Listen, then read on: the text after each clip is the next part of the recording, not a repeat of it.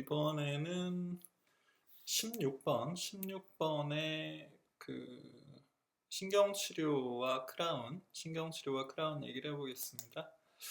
그냥 가볍게 보시면 돼요. 저도 그냥 심심해서 만들어 보는 거니까. 예, 지금 16번이 뜨거운 거에 시리다고 해서, 뜨거운 거에 아프다고 해서, 아, 진료실에서 이제 검사를 해서 뜨거운 거에 반응이 가까스로 발견돼서 크라운을 벗겨내고, 그리고 교환면 삭제, 교환면 클리어런스를 만들고 이제 이니셜 프랩을 하고 있죠. 이니셜 프랩을 이니셜 프랩을 하고 나서 7번에 클램프를 걸고 어, 그 근관 치료를 하려고 계획하고 있습니다. 이렇게 크라운 프랩을 할 때는 보통 이제 구치부에서는 투 플레인 정도를 생각하죠. 그래서 교환면 한 2분의 1, 하프 2분의 1 정도에서 이제 약간 기울여서 한번 프랩을 하고, 그다음에 다시 이제 마진 쪽으로 내려서 약간 세워서 이제 프랩을 하죠.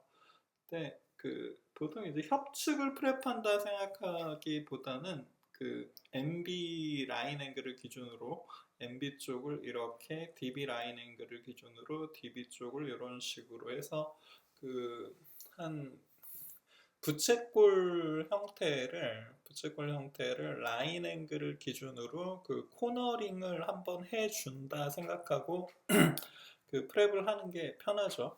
그러니까 예를 들어 협측을 프랩한다 생각하면 양 끝에 라인 앵글 처리가 잘 안 돼요. 근데 DB와 MB 쪽의 라인 앵글을 위주로 프랩을 한다 생각하면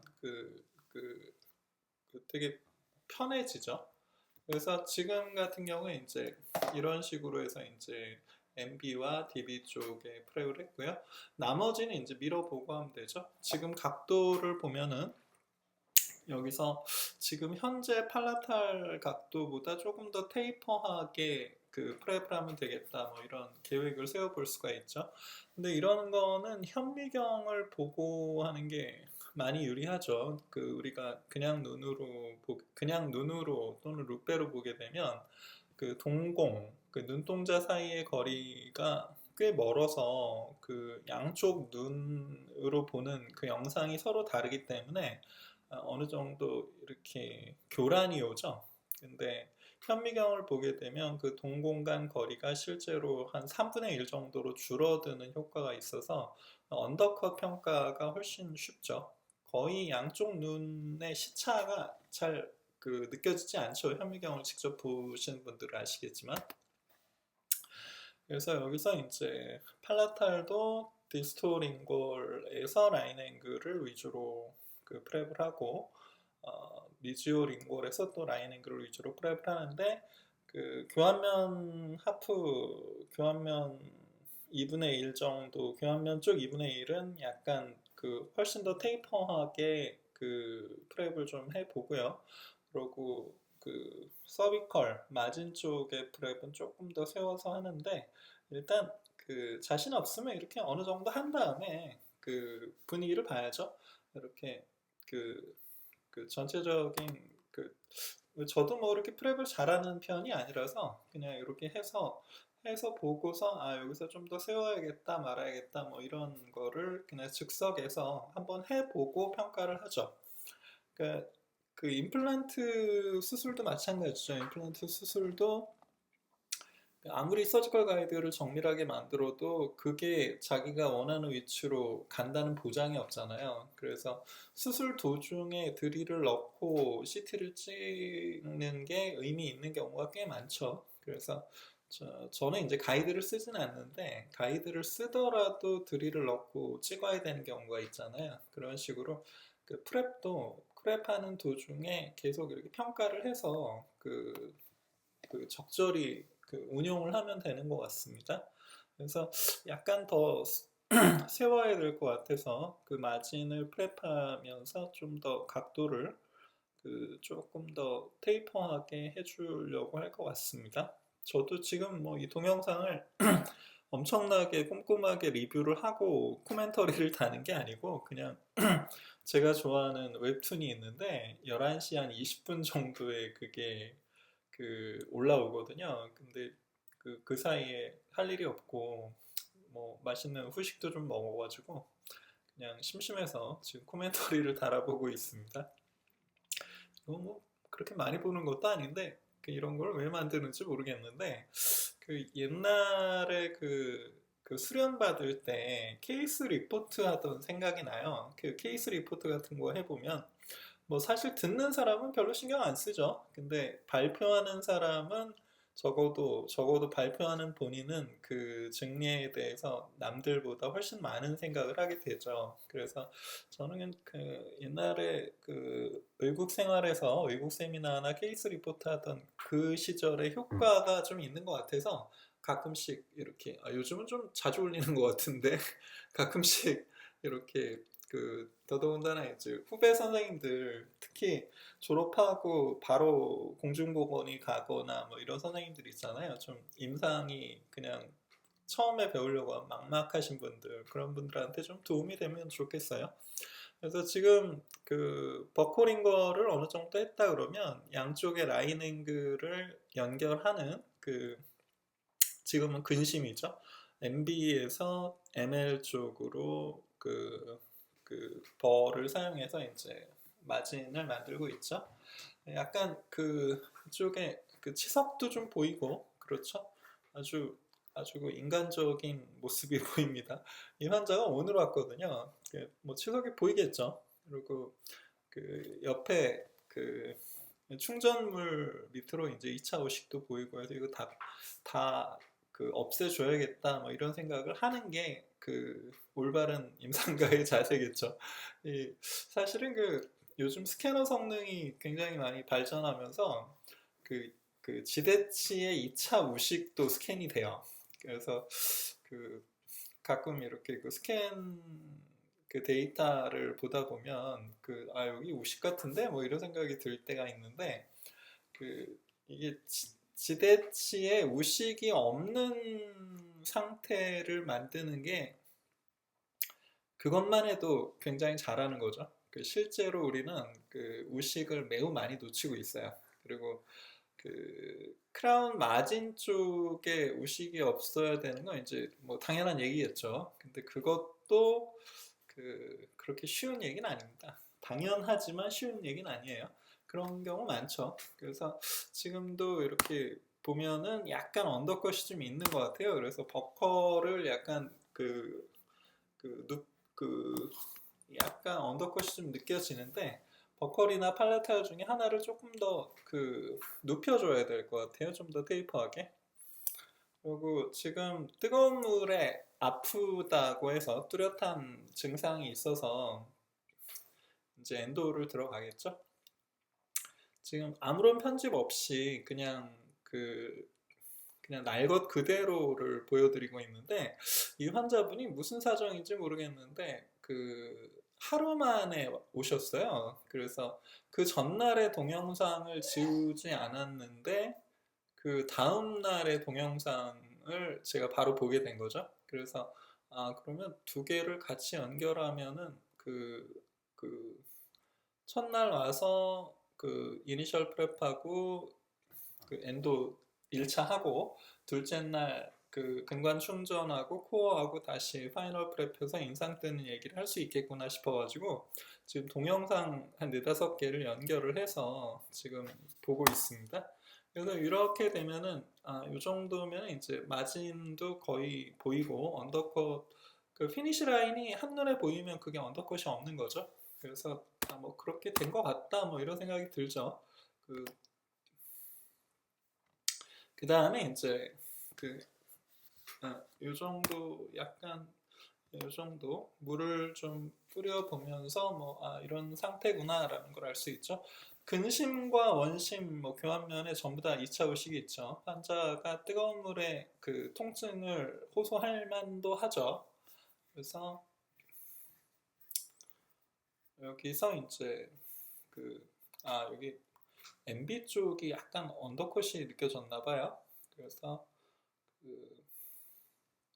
지금 여기 되게 중요한 장면인데 미러로 리트랙션을 해서 이제 프랩을 할 수는 있는데 이렇게 되면은 오히려 그 레스트가 좀 불안해지는 것 같더라고요. 저도 별로 의식하지 않다가 현미경을 보면서 좀 뭔가 불안한데 뭐 이런 생각이 들어가지고 그 레스트 방식을 좀 바꿨어요. 약간 뭔가 껄떡거리죠.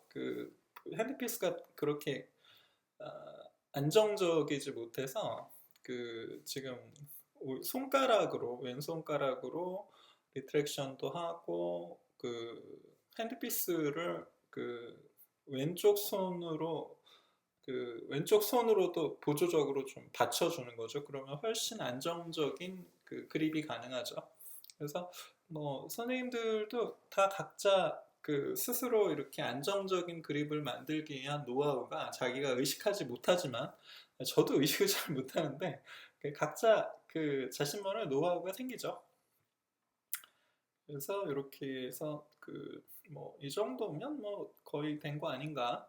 저는 이제 뭘 아주 완벽하게 할 생각이 별로 없고 그냥 남들 하는 만큼 따라하면 뭐 된다고 생각하니까 남들 하는 수준으로 그래서 그렇게 하고 그 다음에 이제 그 녹화를 껐겠죠.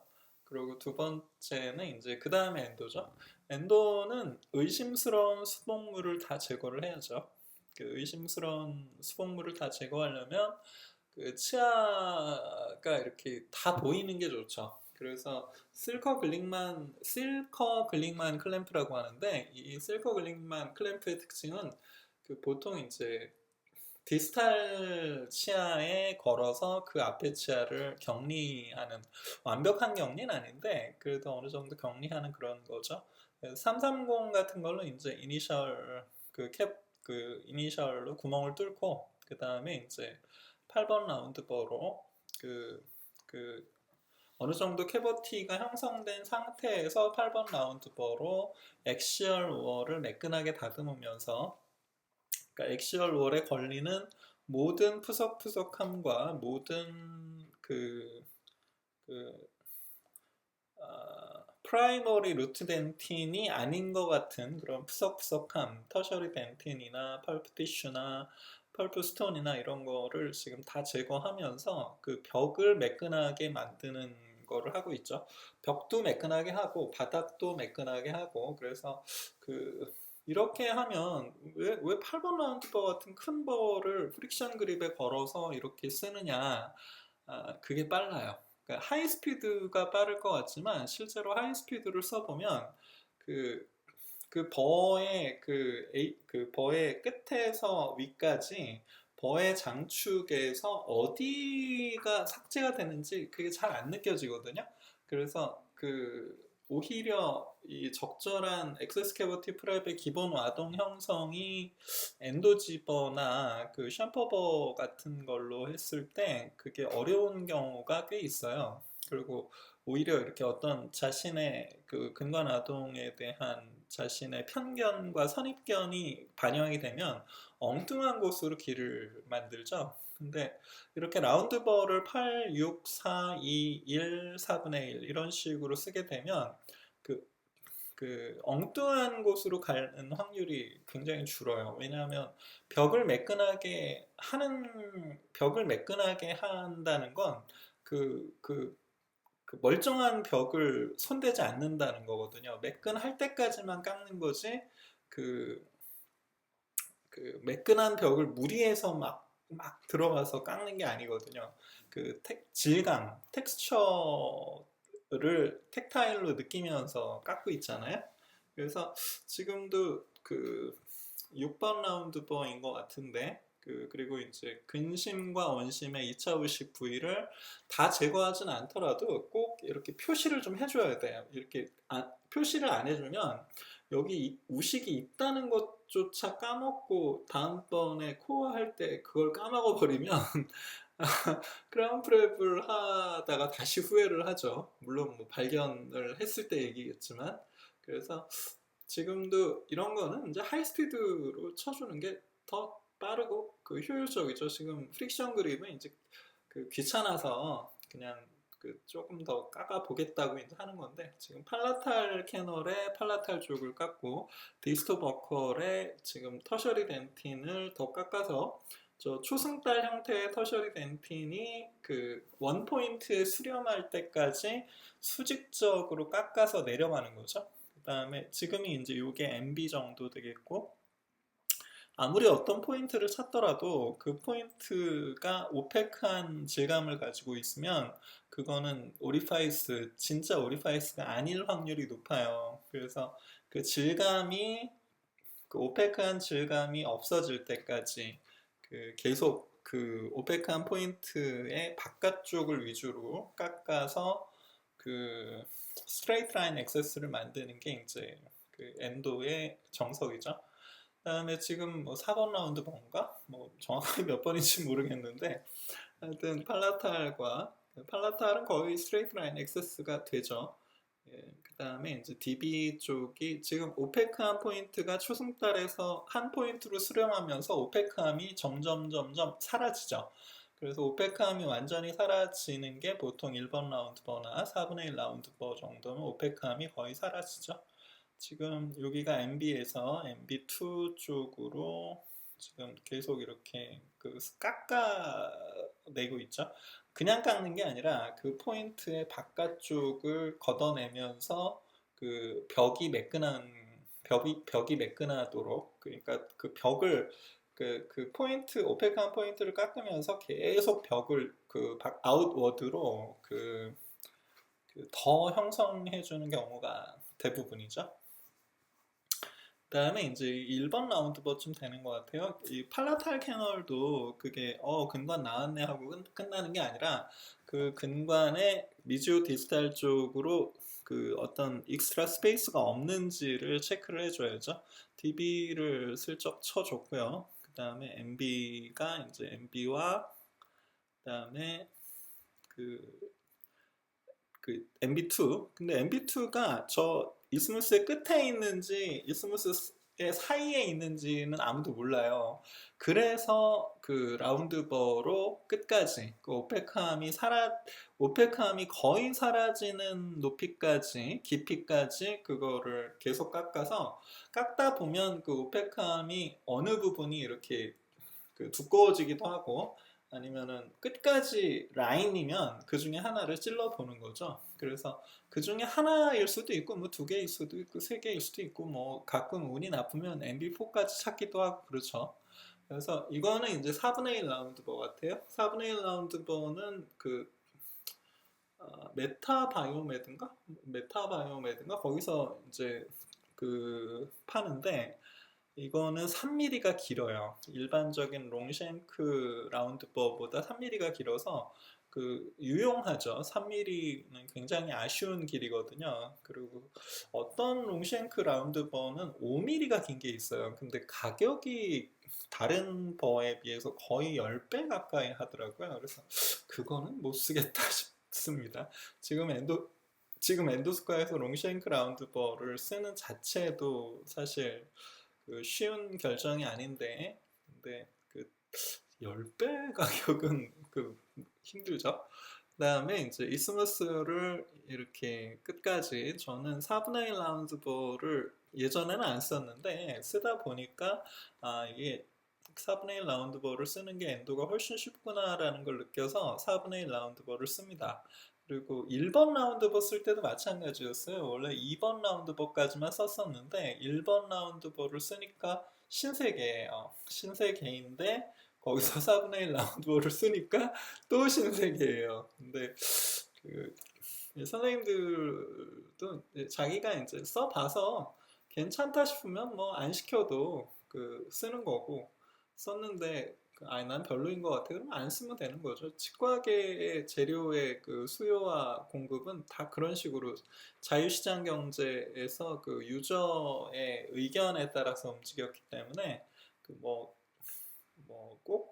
누가 써서 좋다고 해서 자기가 써서 꼭 좋지도 않죠. 저도 마찬가지입니다. 다른 선생님들이 뭐 추천해서 써봤는데 이게 도대체 무슨 의미가 있는 거지? 이러면서 수긍이 안 가는 경우도 많거든요. 그래서 지금 MB1과 MB2가 공간이 다르죠. 그 패스웨이가 다르죠. 그래서 그거를 이제 그 확인하고 그 다음에 이제 거기서 이제 길이를 재고 뭐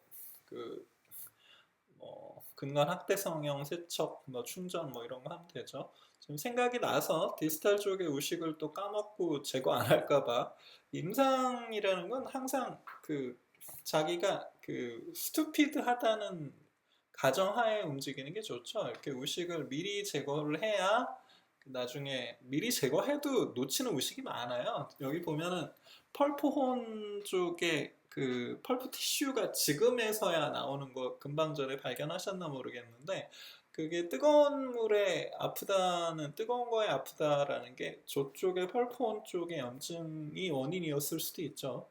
그래서 우식을 다 제거하진 못하더라도 하여튼 어느 정도는 제거를 하는 게 좋다는 거. 그다음에 그래서 이제 팔라탈과 DB와 MB1, MB2 뭐 이렇게 해서 그 여기가 이제 MB2였겠죠? 그리고 이스무스 MB에서 설치구로 이어지니 이스무스의 한 2분의 1 정도? 처음에 확보했던 이스무스 길이의 한 2분의 1 정도의 MB2가 있었던 것 같아요. 그래서 이거는 라운드버를 사용해서 스트레이트 라인 액세스만 확보가 되면 사실은 그 핸드 파일로 넓히지 않아도 그 프로테이퍼 유니버설 S1 정도는 그냥 거의 스르륵 하고 들어가는 경우가 많죠. 그래서 그 글라이드 패스라는 거는 그냥 라운드버로 거의 99% 만든다고 생각하시면 돼요. 여기서 이제 그 다음 날인 것 같아요. 그 프라비저널 크라운도 하고 그 템스테맨도 그 제거도 다 안 했죠.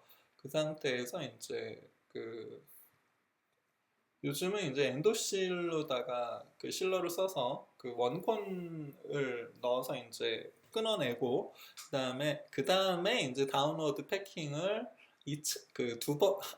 처음에 끊어내고 그 다음에 다운로드 패킹을 한 번 더 해주는 정도로 그 이것도 일종의 가압 근충이라고 할 수 있죠. 압력을 가하니까. 하지만 그 예전에 그 컨티뉴어스 웨이브 테크닉, 시스템 비 옵추라 그 듀오 알파 베타 쓰던 그 시절의 그 컴팩션 깊이까지는 잘 안 들어가도 별 차이가 없는 느낌이 있죠. 실제로 그런 그 데이터들이 계속 발표가 되고 있고, 그래서 지금 DB 쪽을 이제 패킹을 하고 있고요. 다른 건 몰라도 근관 전체에 걸쳐서 컨티뉴어스 웨이브 테크닉을 구사하지 않더라도 오리파이스는 단단한 게 좋아요. 오리파이스의 컴팩션은 빡빡한 게 좋습니다. 그래야지 리키지에 저항을 하거든요. 더더군다나 이 실러, 엔도실 같은 경우는 이제 MTA 실러이기 때문에 그 리키지의 저항이 조금 더 유리하지 않을까 그런 생각을 하죠. 그래서 이제 MB2까지 다시 한번 오리파이스의 실링을 신경을 쓰고 요 정도가 이제 개원가에서 할 수 있는 엔도의 정석이라고 볼 수도 있죠. 그 다음에 이제 우식을 제거를 해야죠. 우식을 마저 제거하고 그 다음에 이제 코어를 보이드를 최소화하면서 코어를 해줘야겠죠. 그래서 지금 이렇게 우식을 제거하고, 근데 여기서 엔도실의 장점은 실링 자체도 있지만 그날 즉시로 코어를 하더라도 제거가 쉽다는 거죠. 실러는 근관에서는 실링 역할을 하지만 체인버 바닥에서는 실링이 아니라 리키지 역할을 할 수도 있지 않습니까? 실러가 너무 두꺼우면 리키지에 오히려 약할 수도 있죠. 그래서 실러를 쉽게 제거하는 체인버 안에 리키지의 원인이 될 수 있는 실러가 쉽게 제거되는 게 좋은데, 그럴 때 이런 칼슘 실리케이트 실러라고 하는 쉽게 MTA 실러라고 하는 이런 실러들이 그런 면에서 제거가 쉽죠. 그리고 혹시 제거가 되지 않더라도 이 MTA 베이스이기 때문에 MTA라는 건 그 리키지에 원래 강하지 않습니까? 그래서 체인버에 남더라도 그 리키지에 훨씬 유리한 뭐 그런 장점이 있죠.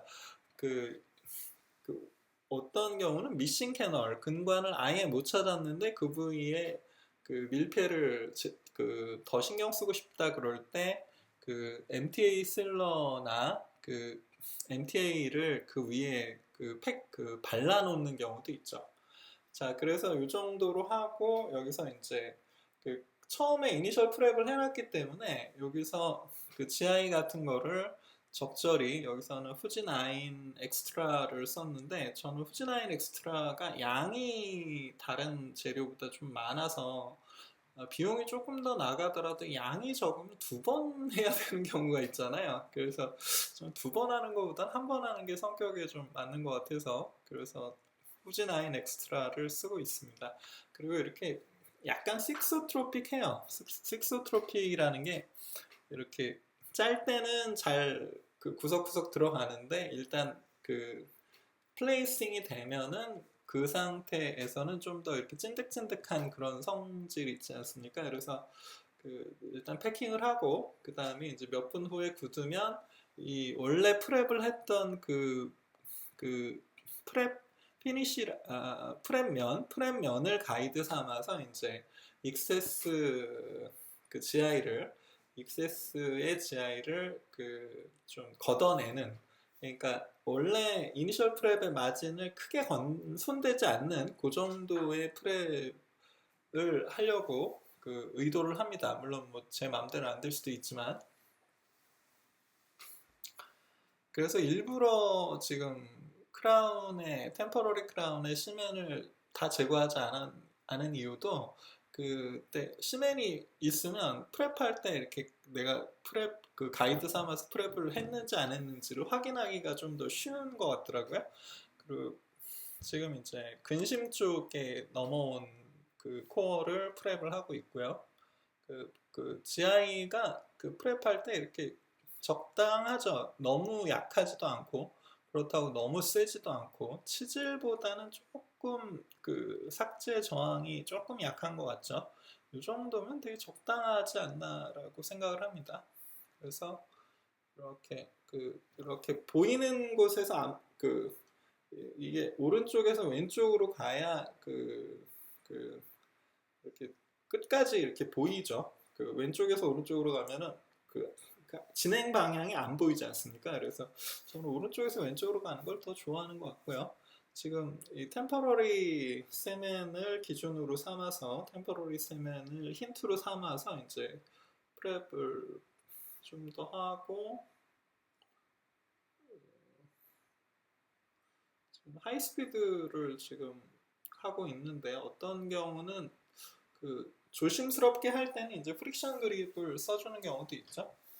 그래서 그 이런 이거 지금 편집을 한 게 아니라서 좀 이해를 해 주시고요. 근데 프릭션 그립으로 조금 이렇게 코어 부분이 좀 그 약간 러프한 것 같아서 그쪽을 핀 폴리싱하는 그런 느낌으로 피니싱하는 그런 느낌으로 조금 해주고 있고요.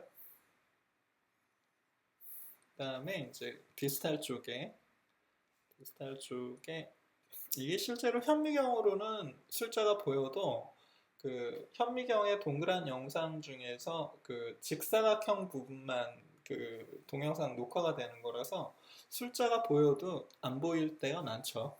그래서 음, 이런 식으로 하고 그다음에 이제 스케일러로 제거하고요. 어쨌든 건전치질 상에서 그 마진을 잡아주는 게 좋으니까 뭐 그게 언제나 그 성공하는 건 아니지만 그래서 이런 식으로 해서 그 해주고 디스토링걸은 마진이 약간 불분명한 것 같아서 코드를 좀 꼽아주면 되겠죠. 그 이렇게 현미경을 써보면 되게 편해요. 뭐 현미경이 없어도 할 수는 있는데 현미경이 있으면은 훨씬 이렇게 직관적으로 모양을 잡기가 좋죠. 그다음에 이제 여기서 저는 어지간하면 그냥 뜨는데 디스토링걸 쪽이 약간 불안한 느낌이 있어서 거기만 이제 코드를 꼽아 주면 되겠다 뭐 이런 생각을 했습니다. 너무 또 바람을 오래 불면 울먹울먹하고 오히려 안 좋죠. 그래서 물을 적당히 뿌리다가 한 번 정도 확인해주고 뭐 코드를 꼽든 안 꼽든 어떤 판단, 디시전 메이킹을 빨리 해주는 게 좋은 것 같아요. 뭐 그게 무엇이든 간에 크라운 프랩이든 뭐 엔도든 뭐든 간에 어떤 헤저테이션이라고 해야 될까요? 이렇게 망설임의 시간을 줄이는 임상가가 좀 만족도가 높은 진료를 할 수 있는 것 같습니다. 그래서 이제 코드를 투제로인가요? 투제로 울트라팩 코드가 뭐 좀 더 이렇게 설계가 더 잘 돼 있다고 해서 잘 안 풀어진다고 해서 실제로도 또 잘 안 풀어지는 것 같고요. 그래서 거기다가 이제 뭐 비스코스탯이라는 지혈제 한종묵 원장님 치과 기구 장비 재료의 대가 오부 대가 한종묵 원장님이 또 추천을 해서 저 같은 이제 팔랑귀는 이런 비스코스탯 뭐 따라 하는 거죠. 그래서 따라 해봤더니 지혈이 확실히 잘 돼요. 네, 울트라덴트사인가?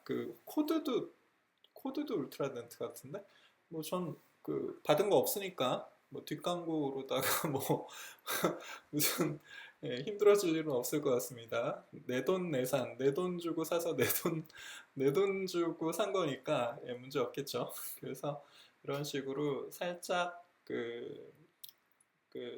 피니시 라인을 노출을 하고 그 다음에 이제 인상을 뜨면 되겠죠. 여기서 교환면의 클리어런스를 좀 더 그 정도는 이제 현미경 안 쓰고 룩배 정도로 또 할 수 있고 라인 앵글 좀 다듬는 것도 꼭그 현미경 안 써도 되는 거니까 이 정도로 오늘의 수단은 마무리하겠습니다.